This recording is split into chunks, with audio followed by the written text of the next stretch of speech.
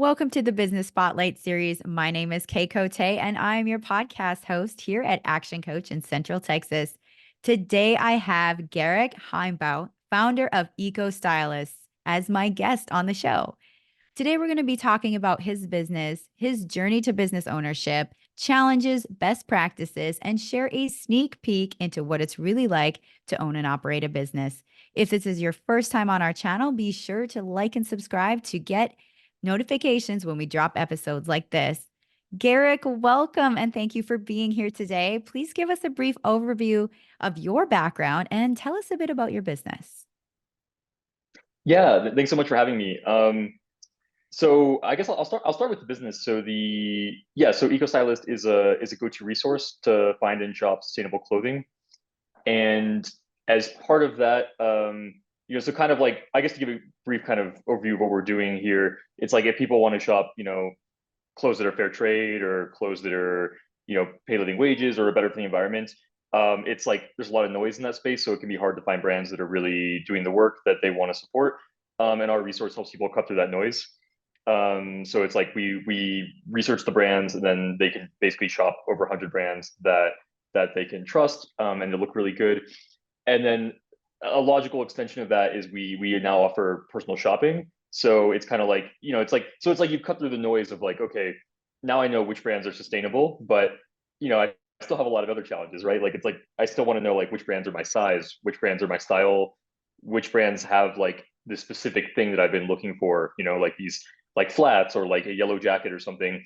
So basically, yeah. So with that service, we can solve all of those problems for our customers as well. So it's like not only are they getting brands that have been researched for like environmental and ethical concerns, but also that they want to shop and that meet their style. So anyway, so that's kind of like what our business is. And a little, yeah, I kind of had an interesting journey getting here. I guess I kind of like I went to university, and then after that, I was kind of like trying to find my way after that. I actually studied peace studies. So I was trying to, I guess maybe that's where the social impact comes in, but I was trying to work in that field, and I was having a lot of challenges, without like a master's degree.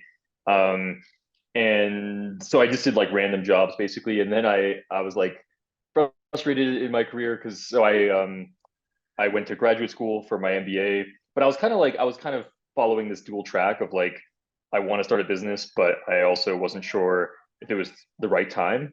So Mhm. I think personal belief is probably really important. But um, anyways, I was like following this dual track of like, so my MBA was kind of like a mitigation plan for me. It was like risk mitigation. It was like so yeah. So I was getting my MBA because I was like, worst case, this leads to a much better job.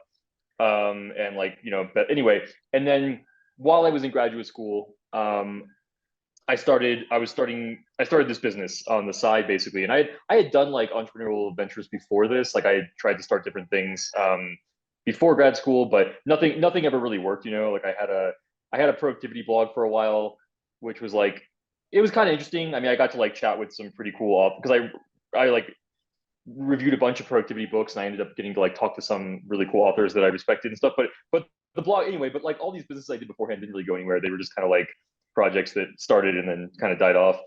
Mhm. But yeah, but then I started this business in grad school, and then like by the time I was done with grad school, I knew I wanted to keep going. So I've just been doing it ever since, which has been like 6 years. So Wow. That's a really cool story. I like how you dabbled and tried some things and then you found the thing that worked, which is that's cool. It's like the secret sauce, right?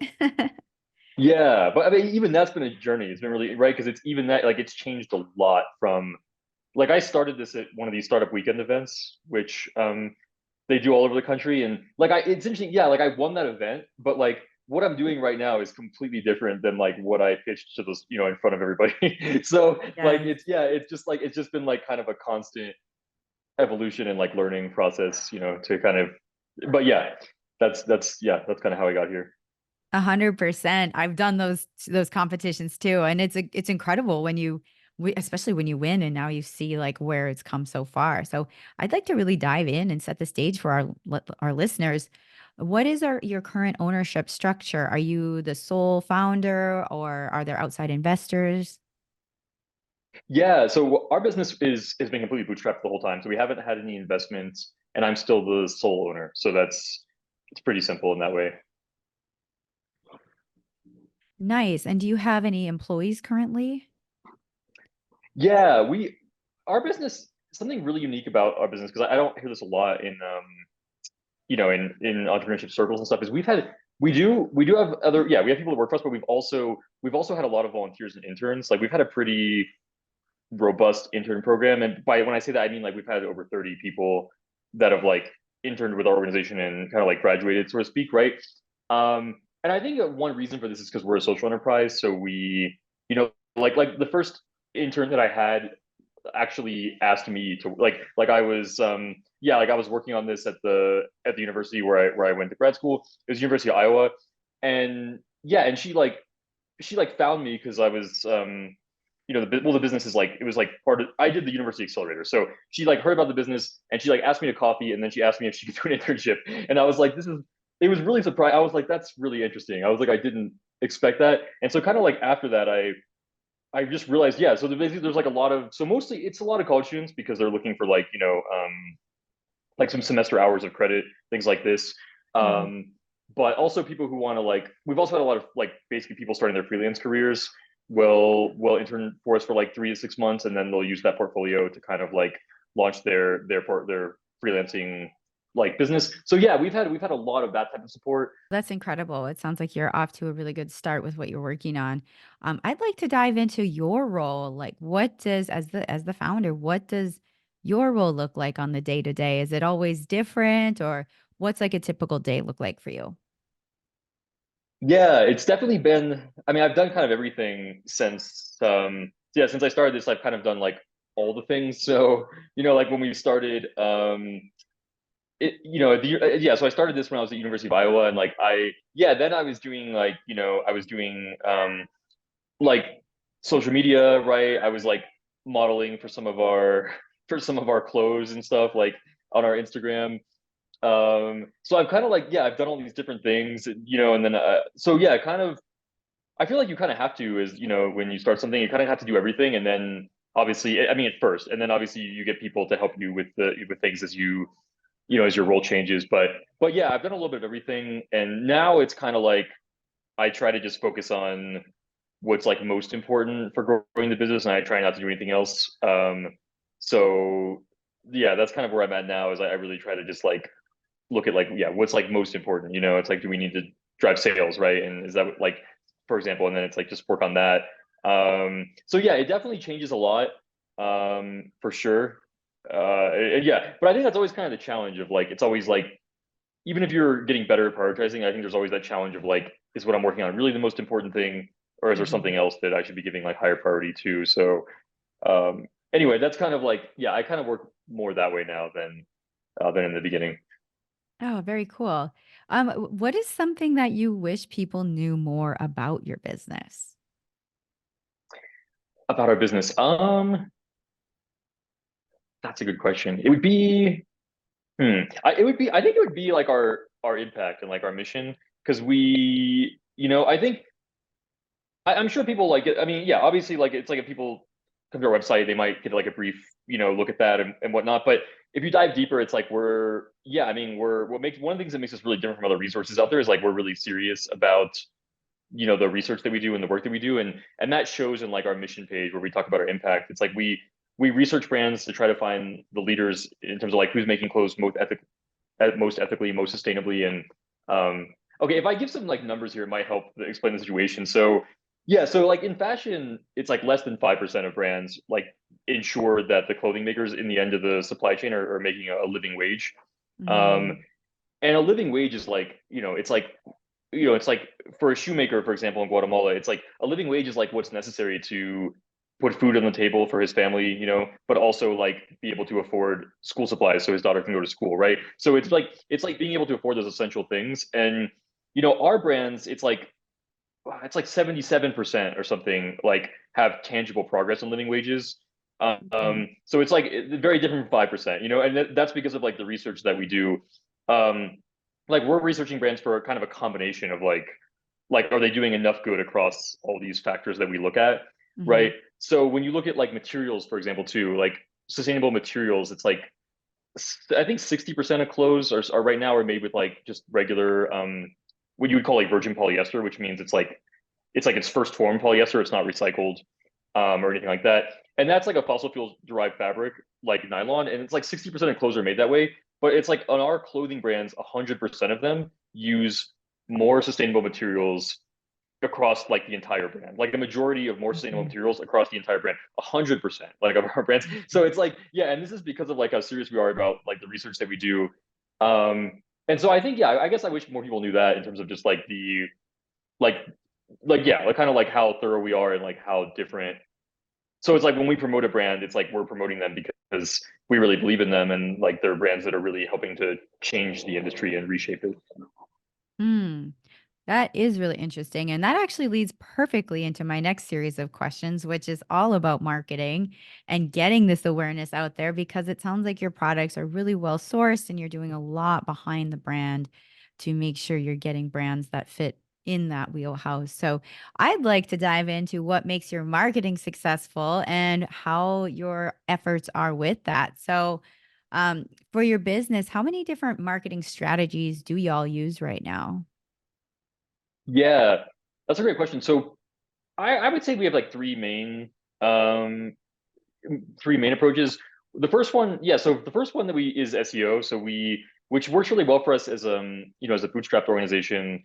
Like we, because like I think as a bootstrap organization, I mean, obviously anybody can do that. Whether, but I think if you have investment, paid ads is probably like a more likely approach. But I think as with when as bootstrapped, it's like yeah, SEO works really well, and it's like it's something we can invest time in, and then pays off long term and later. And it's not like social media. It's very yeah, it's not. It's kind of like it's perpetual, right? Whereas like Mhm. paid ads, it's like you need to have a budget set aside for it, and then you have to keep investing in it.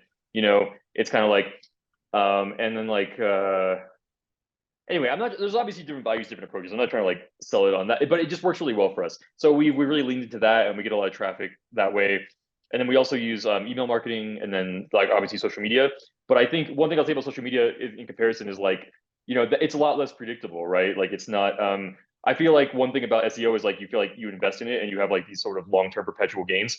Social Mhm. media doesn't really feel that way. It feels like it's been. I think a lot of people have like felt the pinch of it where it's like it felt like everybody could play on an equal playing field organically in the beginning. And then now it feels a lot more like if you're not paying, then you're not gaining. It, is kind of the way that it feels for me at least.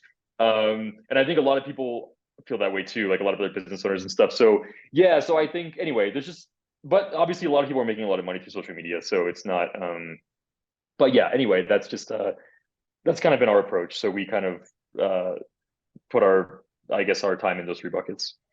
Oh, very cool. It's always fun to like learn about how different businesses are doing things, especially as a social, business that you are. It's nice to hear what your strategies are. You're kind of taking a deep dive into the journey of your business. As you look back at your journey so far, what has been a memorable roadblock or hurdle that you were challenged with that you were forced to overcome? Yeah, that's a great question. Um,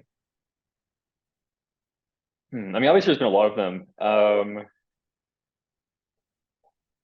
Trying to think of like what stands out. I mean, one that I'll share is like it doesn't really mean that much to me anymore, but I'll share it for other entrepreneurs because I, it's probably one of the more important ones because I think if I didn't overcome this, I definitely would have just given up. Um, and that is it, like yeah, and that is it, like in the beginning. It's really interesting. I think one of the most interesting challenges for entrepreneurs is that we need feedback, right? Like, so Mm, we need to be soliciting feedback, and it comes from different. It comes from like peers. It can come from like mentors. It can come from like if you do like the accelerators and stuff. It can come from like judges, right? And its feedback is great, but there's a double sided sword to that, right? Where it's like it's double edged. Where like you have to like balance that with like believing in yourself and knowing what's correct because ultimately like judges will give you feedback and there's really valuable nuggets in there, but sometimes judges have like no idea what they're talking about, or like you did the research, you know what I mean? So like if you actually went and talked to like 200 customers, and you have the research that supports what you're saying, but judges don't believe that, right? Then Mhm. like at the end of the day, you have to look at you have to be able to like say what's true and what's not, right? So you can't, Yeah. yeah. And so judges will give you really, and this is what I mean, like, so you'll get really valuable feedback from judges and mentors, but you can't let that be like the end all be all. You have to ultimately decide what's right and what's wrong. Because I've seen startups, like when I went through my first accelerator, I saw like one startup and they received like really hard feedback from a judge, and they were like, "Oh, we should quit because like our idea is crap," you know? Mhm. And I was like talking to them, and I was like, no, I was like, maybe there's something true in what the judge said, but like you have to, at the end of the day, like you have to decide if what they said is right or wrong. It's not Yeah. absolute truth. Um, and that was really true for us because yeah, because like that happened to us too. Like we in our accelerator, the first several weeks went like really badly for us. Like it was like we were getting like out of all the startups, we were getting like the worst feedback. Like like yeah, like it Yeah. was like everybody else they were like, oh, you're doing good, and then I would pitch and they would be like, no, they would be like, this sucks. Like they were like, nobody wants this. They were Yeah. like, people don't care about sustainability. Like I got like all kinds of really interesting feedback, Yeah. and it was like yeah, and it was really hard, but it's also really funny because in a class of like there was like 13 startups or something in this accelerator, I might be the only one that's still going, you know? So like I don't know, I can't say that for sure because I have to look, but like I'm definitely one of the only like I know most of the other startups have like they shut down or right, they didn't make it, right? Like their journey changed. And so it's like really interesting because I got like the worst feedback, but I'm probably the only one out of that cohort that's like still doing what they're doing. Um or one of the only ones. And it's like, but yeah, and it's because like they gave me all that feedback and it's like ultimately there could be nuggets in it, but I had to look at it and say like, okay, they're telling me this, but I've also like talked to all these customers, and so I Mhm. had to weigh like my research and what I knew against what they were telling me, and then decide and I think that it really taught me like how to believe in myself and how to like navigate those situations, which I think is really important. Because if I hadn't done the research, then yeah, maybe they would have been right. But I Yeah. had information from customers that like directly contradicted what they were telling me. So, and I went with that. So Yeah, sometimes it's like you get the feedback, you take what serves and kind of leave the rest if it's not. Yeah. I totally get that. Well, yeah, kind of like looking too at the future of your business, it sounds like you're building, you're growing. What do you see for your business in the next 3 to 5 years?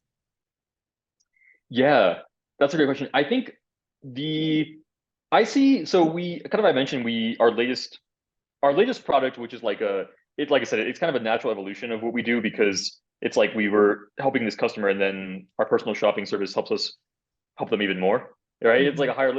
What is the it's like after the initial problem of our customer, what's still the problem, right? And so I see our future is really in this is really growing this personal shopping business and growing that, like having like a thousand monthly subscribers by the end of this year, 10,000 the following year. In 3 to 5 years, I see us as being the leading source for shopping sustainable clothing in the US.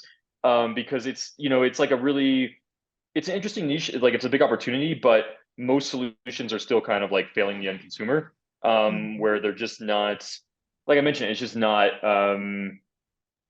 too tedious, and like it's just people don't want to do the work, and which makes sense. Like it totally makes sense. So I think yeah, I really see us as taking a leading spot in that market because I think we can help a lot more people um, to shop at our clothes because it's just way easier when you don't have to do all the work yourself. It's like okay, here's it's like you want to shop clothes in a better environment. It's like here's outfits you'll love, here's shoes you'll love, right? Here's like jewelry to go with it, right? It's just like way easier, and so I think we can do a lot there.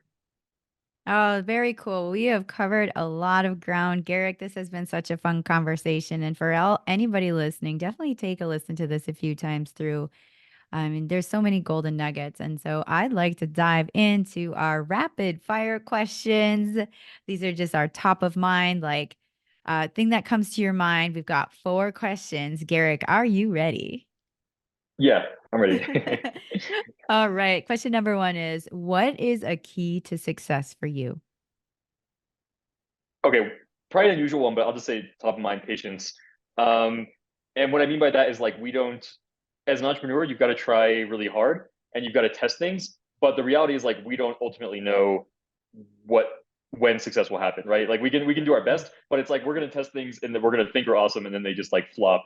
And so I think it's really important to be patient because for me, at least in my journey, like the moments where the moments where like everything changed. We were starting to like they weren't the moments I predicted. You know what I mean? Like I didn't know when they would come, so it definitely requires like just patience and yeah. That's a good answer. I like that. Very true. Question number two is, what is one piece of advice you have for other business owners? Piece of advice.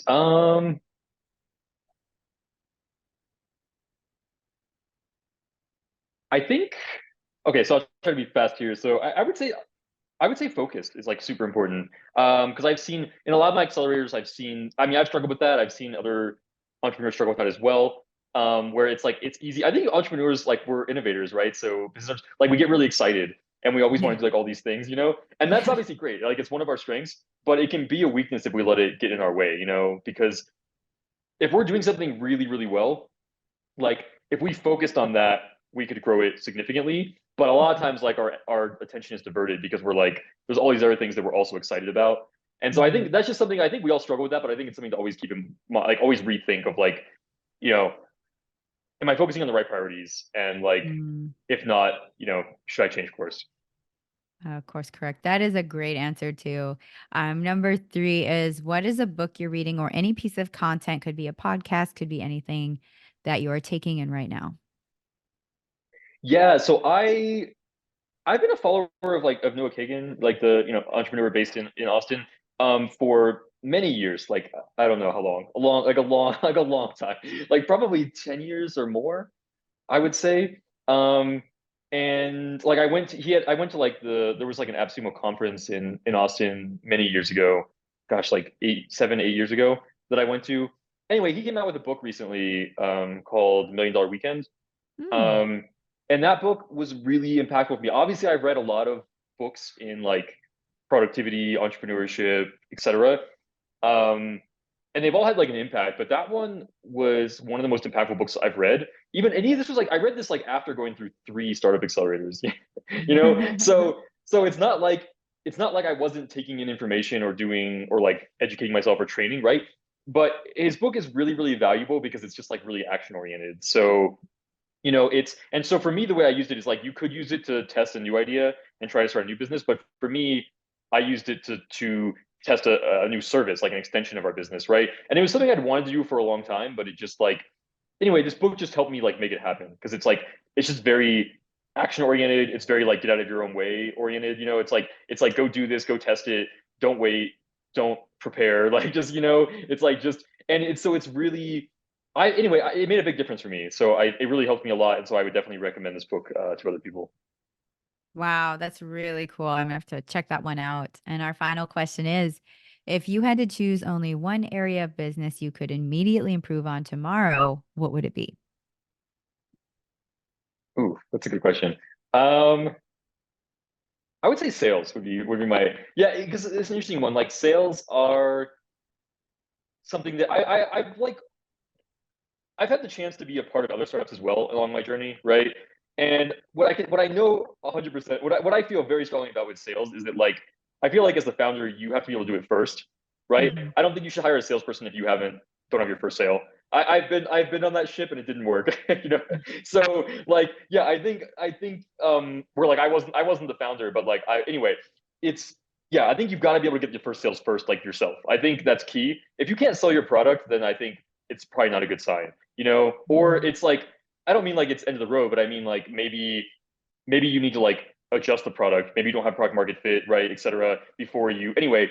So I think that's what I wish I was. But anyway, that would be the thing though. It's like I've obviously so I obviously have to have some competency in it, but I'm also like I also know that I'm not the best at it.